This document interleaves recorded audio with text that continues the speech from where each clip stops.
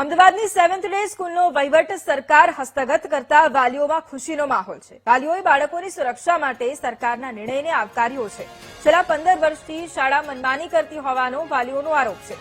શિક્ષણ વિભાગે કરેલી તપાસમાં શાળા વારંવાર દસ્તાવેજી પુરાવા આપવામાં નિષ્ફળ રહી છે તેમ વાલીઓનું કહેવું છે। સેવન ડે સ્કૂલમાં નયન સતવાણીની હત્યા થઈ હતી અને ત્યારબાદ અમદાવાદ મ્યુનિસિપલ કોર્પોરેશન, જિલ્લા શિક્ષણ વિભાગ અને રાજ્યના શિક્ષણ વિભાગ દ્વારા સ્કૂલની વિરુદ્ધમાં કાર્યવાહી કરવામાં આવી હતી। આ ઉપરાંત તમામ દસ્તાવેજોની ચકાસણી પણ કરવામાં આવી હતી। ત્યારે મહત્વની વાત કરવામાં આવે તો સેવન ડે સ્કૂલ વાલી સંઘર્ષ સમિતિ એક તૈયાર કરવામાં આવી હતી। સમિતિના સભ્યો આપણી સાથે છે, તેમની સાથે ખાસ વાતચીત કરીશું। સરકારે હવે સ્કૂલ હસ્તગત કરી લીધી છે, નિર્ણય પણ થઈ ગયો છે, કઈ રીતે જોવો છો, કઈ રીતની તમારી જીત?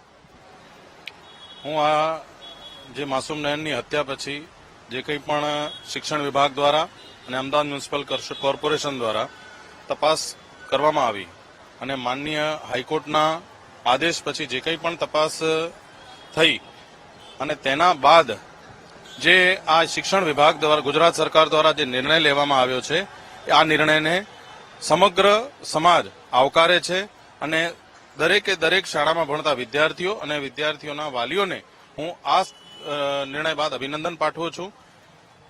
આ પહેલા શાળા પોતાની મનમાની ચલાવતું આવ્યું છે, ક્યાંક ને ક્યાંક પોતાના આધાર પુરાવા બતાડવામાં નિષ્ફળ રહ્યું છે અને અમારું કોઈ કાંઈ ઉખાડી શકે એમ નથી। આ પ્રકારનું વલણ શાળા દ્વારા પહેલા ચાલતું આવ્યું હતું, પણ સત્ય એ સત્ય હોય છે। આ સત્યમાં સમગ્ર સમાજની જીત થઈ છે અને શાળાના પાંગડા મેનેજમેન્ટની હાર થઈ છે। ચોક્કસથી કોઈ કનડગત ઉભી થવાની નથી। રાજ્ય સરકારના નિર્ણય પછી કેવો હાશકારો થયો? હવે વિદ્યાર્થીઓ સુરક્ષિત સ્કૂલમાં? હવે બિલકુલ સુરક્ષિત છે। વાલીઓ બી મને ખુશ છે કે આ નિર્ણય સારો લીધો છે અને સરકારના હસ્તે હવે સ્કૂલ વ્યવસ્થિત મેનેજમેન્ટ થશે અને કોઈ ગેરરીતિ નહીં થાય એવી આશા રાખું છું। તમે શું કહેશો? તમને કઈક અનુભવ પણ છે સ્કૂલનો?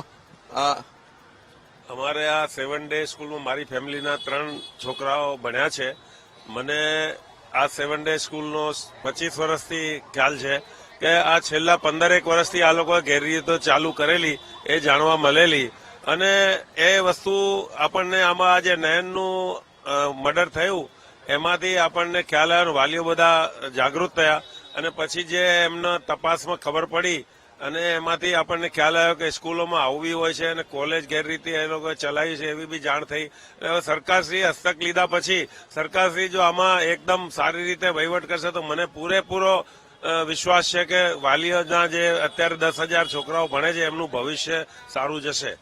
ચોક્કસથી આ કહી શકાય કે વાલીઓ અને સંઘર્ષ સમિતિના સભ્યો હતા કે તેઓએ સ્પષ્ટ કહ્યું કે રાજ્ય સરકાર દ્વારા જે નિર્ણય કરવામાં આવ્યો છે તે ખૂબ જ સારો નિર્ણય કરવામાં આવ્યો છે અને હવે તેમની ચિંતાઓમાં પણ ઘટાડો થયો છે।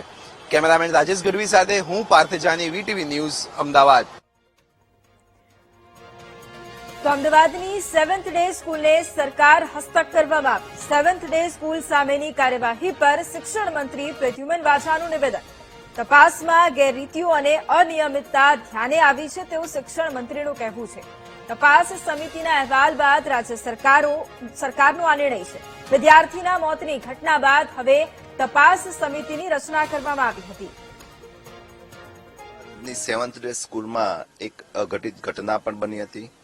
ત્યારબાદ જિલ્લા શિક્ષણ અધિકારી દ્વારા તપાસ સોંપવામાં આવી હતી અને એક સમિતિનું ગઠન કરી અને એક અહેવાલ રજૂ કરાયેલો હતો અને અહેવાલમાં ઘણી બધી અનિયમિતતાઓ, ઘણી બધી ગેરરીતિઓ, સંચાલક મંડળો, ત્યાંનું જે બિલ્ડિંગ છે એમાં, એની પરમિશનમાં આવી અસંખ્ય ગેરરીતિઓ અને અનિયમિતતાઓ નો રિપોર્ટ સમિતિ આપ્યો હતો અને એ અહેવાલના આધારે સરકાર દ્વારા એ જે સેવન્થ ડે સ્કૂલ છે એનો વહીવટ સરકારશ્રીએ હસ્તગત કરેલો છે અને વિદ્યાર્થીઓનું શિક્ષણ ભણતર ના બગડે એટલા માટે આ નિર્ણય લેવામાં આવ્યો છે।